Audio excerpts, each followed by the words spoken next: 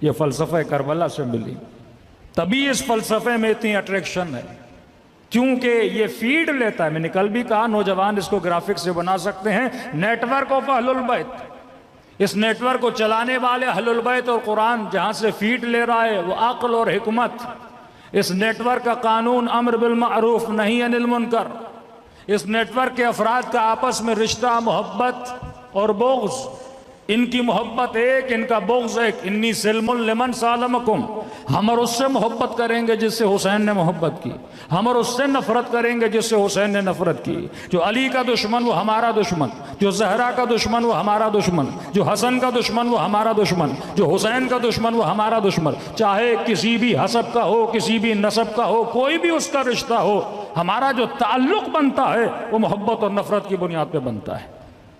اور فرمایا اس net work کا ما حاصل کیا ہوگا کہ خدا تمہارے معاشروں میں عدالت کو قائم کروائے گا اور اس کے نتیجے میں ظہور امام زمانہ ہوگا.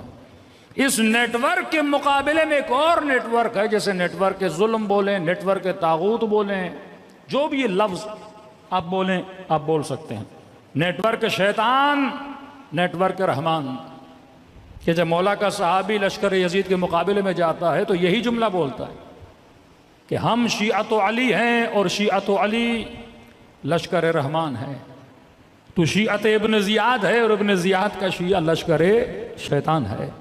کیونکہ اس نیٹ ورک کے اندر جو باتیں ہیں، جو اصول بنائے گئے وہ قرآن کے اصول ہیں. اللہ کہتا ہے میری ظالم پہ لعنت ہے، یہ کہتے ہیں ہم یزید پہ نہیں بھیجیں گے. اللہ کہتا ہے میری جھوٹے پہ لعنت ہے، یہ کہتے ہیں ہم نہیں بھیجیں گے. اللہ کہتا ہے من قتل نفسا بغیر نفس او فساد فی الارض فکأنما قتل الناس جميعا. جس نے ایک بندے کو قتل کیا گویا پوری کائنات کو قتل کیا. یہ کہتے نہیں ہے ہم قاتل پہ لعنت نہیں بھیجیں گے. ذہنوں کو فری. اب یہی وجہ ہے کہ نسلیں بھاگ رہی ہیں. مرزا جیسے باغی بندے ان میں پیدا ہو رہے ہیں، ہمدرد جیسے لوگ ان میں پیدا ہو رہے ہیں، قادری جیسے لوگ ان کے اندر پیدا ہو رہے ہیں. کیونکہ انسان کا نا ہر قوم کو بیدار ہونے دو کہ ہر قوم پکارے گی ہمارے ہیں حسین. یہ بیداری کس کی بیداری؟ یہ فکر کی بیداری ہے. آپ کب تک فکروں کو زنجیر لگا کے بیٹھ کے رہو گے؟ بالآخر یہ سوشل میڈیا کا زمانہ ہے. لیکن تھوڑا سا میں آپ کو پیچھے لے جاؤں. کیا کیا امام زین العابدین نے اور کیا کیا دشمن اہل بیت علیہ الصلوۃ والسلام نے؟ صلوات پڑھے محمد و آل محمد. سب سے بڑا کام جو کل ہم نے عرض کیا کہ امام زین العابدین اس خفقان کے زمانے میں پہلا کام یہ کیا کہ سب سے زیادہ امام نے غلام خریدے اور بیچے، کہ جن کا عدد 50,000 کے قریب آتا ہے. ایک تو امام نے اس غلامی والے اصول کو اس معاشرے میں توڑا کہ رسول خدا کو یہ پسند نہیں تھا کہ عرب میں انسان کو خریدا اور بیچا جائے. انہوں نے مفتی بٹھائے، مولوی بٹھائے، قوانین بنائے تاکہ یہ بزنس چلتا رہے. امام نے اس بزنس کو ختم کیا کیونکہ عمر کے زمانے کے بعد سب سے زیادہ فتوحات اسلامی ہوئی. پھر 20 سال معاویہ کا زمانہ. جب فتوحات اسلامی ہوئی تو روم سے غلام، ایران سے غلام، مصر سے غلام، بھرمار تھی غلاموں کی. کیا آپ سنتے ہیں جس نے قتل کیا خلیفہ ثانی کو وہ بھی مثلاً ایک ایرانی تھا، وہ بھی غلام تھا، کسی صحابی کا غلام تھا. اور یہ غلام جب اس معاشرے میں آتے تھے ایسا نہیں کہ ان پڑھ ہوتے تھے. خود فیروز جس نے جناب عمر پہ وار کیا یہ انجینئر تھا.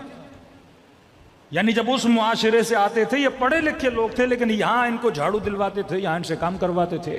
تو غلاموں میں ایک احساس کمتری پیدا ہوتا تھا. امام نے سب سے پہلے ان نئے آنے والے مسلمانوں کو خریدا.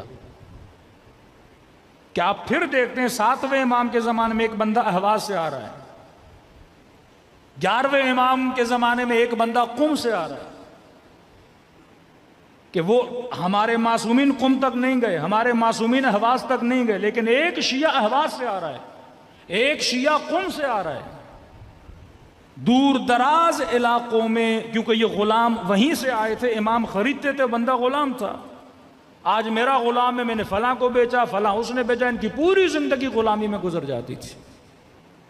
ایک تو امام نے غلامی کے کانسیپٹ کو، اس معاشرے کی لعنت کو ختم کرنے کے لیے 50,000 کے قریب، جب غلام کہتے تھے علی ابن الحسین آپ کو غلام کی ضرورت نہیں، آپ پھر بھی خرید رہے ہو، مولا کہتے تھے میں خرید نہیں رہا، میں اس کو آزاد کرنے کے لیے اپنے پاس لا رہا ہوں۔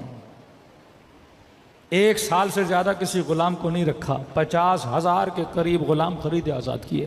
یہی روش امام حسن کی تھی، یہی روش امام حسین کی تھی، یہی روش امیر المومنین کی تھی، اور یہی روش رسول خدا کی تھی کہ بلال کو خریدا اور آزاد کر دیا۔ کئی ایسے غلام خریدتے تھے، آزاد کرتے۔ جناب جون غلام امام حسین، امام حسین نے اسے کب کا آزاد کر دیا تھا، لیکن تربیت اہل بیت میں رہنے کے بعد یہ جانے کے لیے تیار نہیں ہوتے تھے۔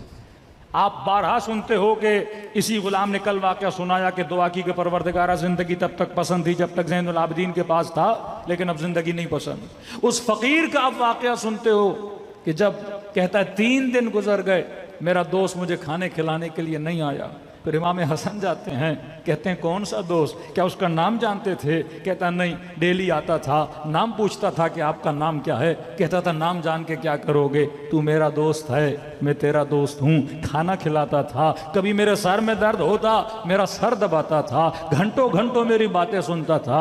امام حسن کی آنکھوں میں آنسو آ گئے کہ آج کے بعد وہ دوست نہیں آئے گا۔ کہنے لگا ایسی باتیں کیوں کر رہے ہو، 3 دن گزر گئے مجھے دوست کی یاد آئی ہے، کہ پتہ ہے وہ دوست کون تھا؟ کہ کون تھا؟ کہ وہ میرا بابا علی ابن ابی طالب تھا۔ یہ سننا تھا۔ وہ کہتا ہے مجھے امیر المومنین کی قبر پہ لے جاؤ۔ قبر پہ لے جاتے ہیں، امام حسن فرماتے ہیں جیسے قبر پہ گریا کر کے کہتا مولا اے کاش مجھے پتا ہوتا آپ میرے مولا ہے، میں نے کتنی گستاخی کی، آپ نے میرے سر کو دبایا، آپ نے اپنے ہاتھوں سے لقمہ کھلایا۔ کہتا ہے یہ قبر کو گلے سے لگا کے ایک مرتبہ اس کی روح وہیں پہ کیا کر جاتی ہے؟ پرواز کر جاتی ہے۔ یہ رشتہ اہل بیت علیہ الصلوۃ والسلام کا فقیروں کے ساتھ، یہ رشتہ غلاموں کے ساتھ، کہ جناب زید کے لشکر میں سب سے زیادہ جن لوگوں نے شرکت کی وہ امام زین العابدین کے آزاد کردہ غلاموں کی شرکت تھی۔ دوسرا سب سے بڑا کام جس کی طرف توجہ کم جاتی ہے وہ ہے امام زین العابدین کی دعائیں۔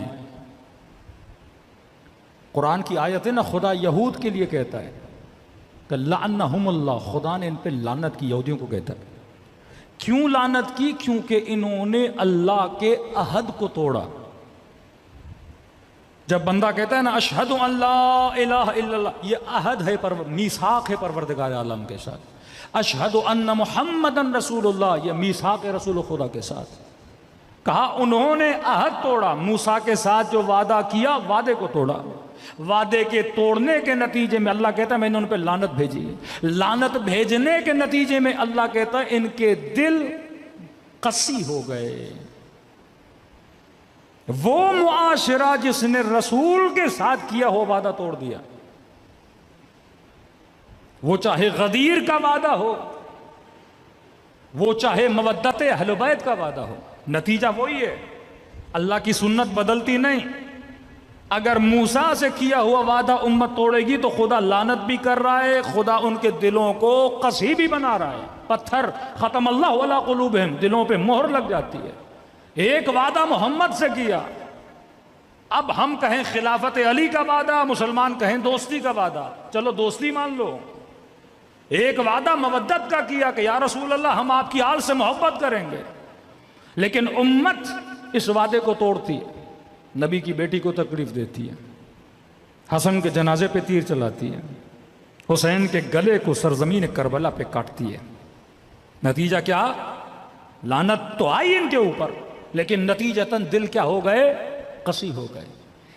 دل جب نرم ہوتے ہیں تب جا کے ہدایت ملتی ہے۔ اب امام زین العابدین ایک ایسے معاشرے میں قاسیۃ القلوب، ایک ایسا معاشرہ ہے جو قسی القلب معاشرہ ہے۔ اس معاشرے کو زین العابدین ہدایت کیسے دیں؟ کربلا کے میدان میں تبلیغ کرنے والا کوئی عام مولوی نہیں، حسین بن علی ہیں۔ کتنے خطبے امام حسین نے کربلا میں، لیکن اثر نہیں ہو رہا ان کے دلوں پہ، کیونکہ وعدہ توڑا ہوا ہے، دل قسی ہو چکے ہیں۔ امام زین العابدین اس معاشرے کی اصلاح کیسے؟ غلاموں کو لا کے اصلاح کر رہے ہیں، کیونکہ یہ غلام ہے، قاسیت القلوب نہیں ہے، نیا مسلمان ہے، اسے اسلام کا نہیں پتا۔ اس کی ہدایت تو امام کے لیے آسان ہے، کیونکہ دل نرم ہے، زین العابدین کی باتوں کا اس کے دل پہ اثر ہوگا۔ لیکن اہل مدینہ جن کو حسین پکارتے رہے، بلاتے رہے، امام حسین کی مدد کے لیے نہیں گئے۔ اہل مکہ امام حسین کے لیے مدد کے لیے نہیں گئے۔ فرزند رسول حل من ناصرین کی آواز دیتے رہے، مدد کے لیے نہیں گئے۔ دل قسی، اب دل نرم کیسے ہوگا؟ دل نرم ہوتا ہے توبہ سے، دل نرم ہوتا ہے آنسوؤں سے۔ یہ ذکر حسین کیوں ضروری ہے، غم حسین کیوں ضروری ہے؟ کہ امام حسین نہیں چاہتے ان کے شیعوں کے دل سخت ہو جائیں، تبھی اتنی روایتیں ہیں، رو رلاؤ۔ مجھے دنیا کا ایک مکتب دکھاؤ جن کے پاس اتنے آنسو ہیں جتنے حسینیوں کے پاس ہیں۔ یہ دنیا کی واحد قوم ہے جو رونے میں بھی خوش ہوتی ہے،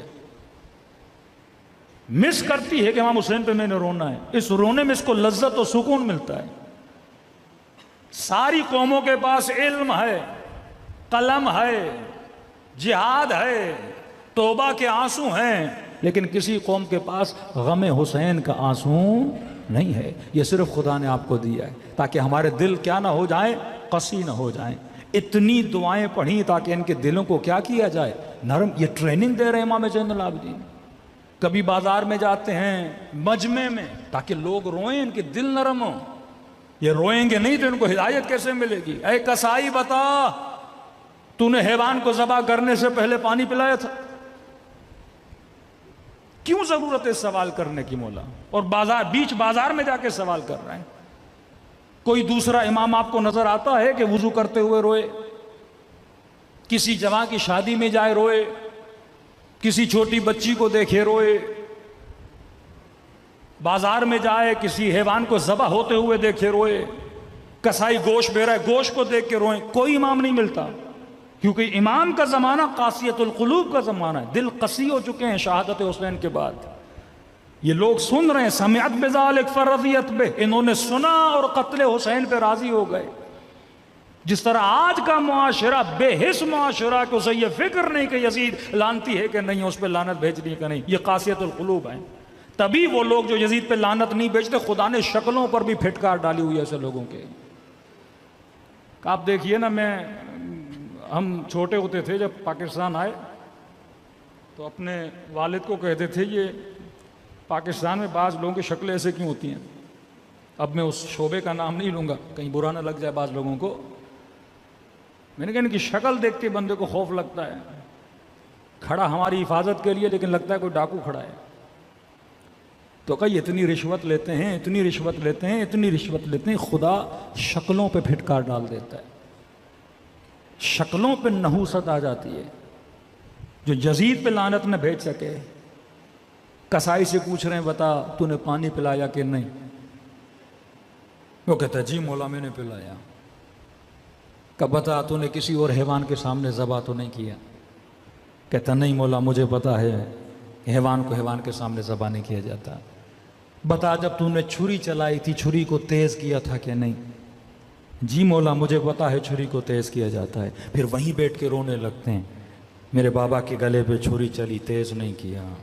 ہاں تو نے حیوان کو پانی پلایا، انہوں نے میرے اصغر کو پانی نہیں پلایا۔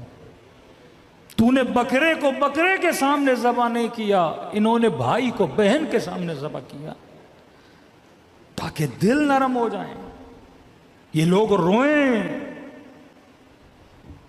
وَبْكُوا كَثِيرًا وَاضْحَكُوا قَلِيلًا، اللہ کہتا ہے زیادہ رویا کرو کم ہنسا کرو۔ دوسرا، انہوں نے آل محمد کو اپنی صلواتوں سے کاٹ دیا تھا، کہ میں نے کل عرض کیا کہ صلح امام حسن اور شہادت امام حسین میں 20 سال کا فاصلہ ہے۔ 20 سال میں کس کی حکومت تھی؟ امیر شام کی حکومت تھی۔ جن لوگوں کو کوفے میں رکھا گیا تھا وہ لوگ تھے جو امیر المومنین کے محب نہیں تھے۔ عمرو عاص کا بیٹا، خالد کا بیٹا، مغیرہ، زیاد ابن ابی، یہ وہ لوگ ہیں جو معصومین سے زیادہ محبت نہیں کرتے تھے۔ اور امیر المومنین کے جو محب تھے، یا ان کو نکالا گیا یا ان کو مارا گیا۔ کہ محرم کے 2 دن پہلے جناب میثم تمار کو شہید کر دیا جاتا ہے. بس پتہ لگے یہ علی کا چاہنے والا ہے، قتل کر دیا جاتا تھا. اب 20 سال کا اتنا لمبا عرصہ، ظاہر ہے اس عوام پر اتنے اثرات اس معاشرے کے پڑے تھے. تو محمد اور آل محمد آتا تو سب سمجھ جاتے نا، آل کو نکال دیا انہوں نے. کسی آپ دعائے کمیل پڑھتے ہیں، صلوات اس میں نادر و شادر آخر میں. دعائے عرفہ پڑھتے ہیں، صلوات نادر و شادر ہے، بہت کم ہے. لیکن آپ مولا زین العابدین کی جتنی دعائیں اٹھائیں، ہر دوسری لائن میں ایک صلوات ہیں. کیوں؟ تاکہ اس معاشرے کو محمد کے ساتھ آل محمد سننے کی عادت ہو جائے، تاکہ معاشرے کو پتہ چلے کہ آل محمد کی قیمت، آل محمد کا وقار، آل محمد کی عزت کتنی ہے. شہادت امام حسین نے کہ جب بنو عباس نے بنو امیہ کو گرانے کے لیے جو نعرہ بلند کیا تھا، وہ بھی یہ تھا، یا لسارات الحسین، کہ ہم امام حسین، ہم رشتہ دار ہیں رسول خدا کے، ہم چچا زاد ہیں اہل بیت علیہ الصلوۃ والسلام کے. مامون جب امام رضا سے ملتا ہے تو رشتہ داری کرتا ہے. خلفاء میں جس خلیفے نے سب سے زیادہ اظہار محبت کیا لوگوں کو دھوکہ دینے کے لیے، مامون تھا. یہاں تک کہ ماحول ایسا بن گیا کہ وہ مدینے سے امام رضا کو اٹھا کے لاتا ہے، اپنا ولی عہد بناتا ہے. مطلب جب میں مر جاؤں تو خلیفہ کون ہے؟ امام رضا ہے، صرف لوگوں کو دھوکہ دینے کے لیے. کبھی امام رضا خراسان نہیں گئے، لیکن نیٹ ورک کتنا مضبوط ہے کہ ہزاروں کی تعداد میں لوگ صرف فرزند رسول کی ایک حدیث کو لکھنے کے لیے ہزاروں کی تعداد میں مجمع آتا ہے. اس قدر عزت و احترام عوام کے اندر آ گیا. حکومت ان کی، پیسہ ان کا، مال ان کا، لیکن یہ تربیت اہل بیت علیہ الصلوۃ والسلام کا اثر تھا کہ لوگوں کے دلوں میں اہل بیت کی محبت پھیل گئی. یہ وہی دعائیں جن دعاؤں میں اثر اتنا تھا کہ زہاد کو اپنی طرف کھینچا، عباد کو اپنی طرف کھینچا. یہ دعائیں لوگ اپنی نماز شبوں میں پڑھا کرتے تھے، اور امام کا لقب ہی پڑھا، زین العابدین، سید الساجدین. کبھی سوچا ایک وہ حسین ہے کربلا میں جسے یہ کہا جا رہا ہے کہ یہ اس کا بیٹا ہے جو نماز نہیں پڑھتا. کبھی یہ کہا جا رہا ہے کہ حسین آپ نماز کیوں پڑھ رہی؟ اعوذ باللہ. شامی کہتے رہے یہ تو دین سے خارج ہو چکے ہیں. اور پھر ان کا بیٹا ہے جس کا لقب ہی پڑ جاتا ہے زین العابدین، سید الساجدین. لقب کو دیکھا کرو، کس زمانے میں لقب پڑا اور کیوں پڑا. مطلب اس زمانے میں اس لقب کی ضرورت تھی تاکہ امام زین العابدین کے بعد کوئی یہ نہ کہہ سکے کہ اہل بیت علیہ الصلوۃ والسلام عبادت نہیں کرتے تھے یا نماز نہیں پڑھتے تھے. اب تصور تقوی آتا تھا تو امام المتقین یاد آتا تھا، مومن کا نام آتا تھا تو امیر المومنین نام جاتا تھا، سجدے کا تصور آتا تھا تو سید الساجدین یاد آتا تھا، عبادت کا تصور آتا تھا تو زین العابدین یاد آتا تھا، کسی سچائی کا تصور آتا تھا تو صادق آل محمد امام جعفر صادق یاد آتا تھا. صلوات پڑھے محمد و آل محمد. دوسرا کام جو امام زین العابدین نے کیا وہ اپنی دعاؤں کے ذریعے. مطلب یہ ہمیں ٹریننگ دے رہے ہیں، جوان کبھی مجلس کے ذریعے تبلیغ کرو. اپنے زمانے کو دیکھو، آج شاید ایک مجلس کا اتنا اثر نہ ہو جتنا سوشل میڈیا کی ایک پوسٹ کا اثر ہو. آج شاید گھنٹے کی مجلس اتنا اثر نہ رکھے جتنا 2 منٹ کا کلپ اثر رکھے.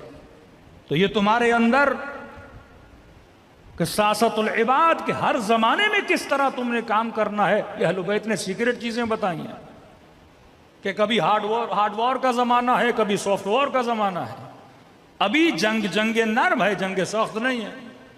پہلے یہ تھا کہ وہ ملک طاقتور ہے جس کے پاس ایٹم بم ہے، جس کے پاس اسلحہ ہے، جس کے پاس فوج سب سے زیادہ ہے. آج نہیں ہے. آج جس کے پاس ٹیکنالوجی ہے، آج جس کی اکنامک سب سے زیادہ مضبوط ہے، لوگ اس کی طرف کھنچتے ہوئے جاتے ہیں. آج جس کے پاس یہ جو مختلف ٹیکنالوجیز آ رہی ہیں، انفارمیشن کا زمانہ ہے، ڈیٹا کا زمانہ، جس کے پاس ڈیٹا سب سے زیادہ، انفارمیشن سب سے زیادہ، وہ انسان کامیاب ہے. آج دشمن کے ساتھ لڑنا چاہتے ہو، یہ سوشل میڈیا کا زمانہ. امام کبھی صلح کر کے بے نقاب کر رہے ہیں، کبھی دعائیں پڑھ کے تبلیغ کر رہے ہیں، کبھی غلام خرید کے تبلیغ کر رہے ہیں. آج کے جوان کو سوچنا چاہیے، کوئی آئی ٹی میں ہے، کوئی انجینئر ہے، کوئی سائنس میں ہے، کوئی فزکس میں ہے، میں کس طرح امام زمانہ کی خدمت کر سکتا ہوں. ایک خاتون سوچے میں ٹیچر ہوں کالج میں پڑھانے جاتی ہوں، کہیں پہ جاب کرتی ہوں، میں کس طرح جناب زہرا کی خدمت کروں؟ میں سسٹم آف امام زمانہ کا فرد کیسے بن سکتا ہوں؟ اگر مجھے اس نیٹ ورک کا فرد بننا ہے تو میں نے صرف پیغام احیو امرنا، معصوم فرماتے ہیں ہمارے امر کو زندہ کرو، ہمارے فرمان کو زندہ کرو۔ تو جتنا آپ فرمان اہل بیت کو زندہ کریں گے اتنا یہ نیٹ ورک کیا ہوگا؟ زندگی اس نیٹ ورک کو ملے گی، اور جتنا یہ مضبوط ہوگا اتنی جلدی امام زمانہ کا ظہور بھی ہوگا۔ صلوات پڑھے محمد و آل محمد۔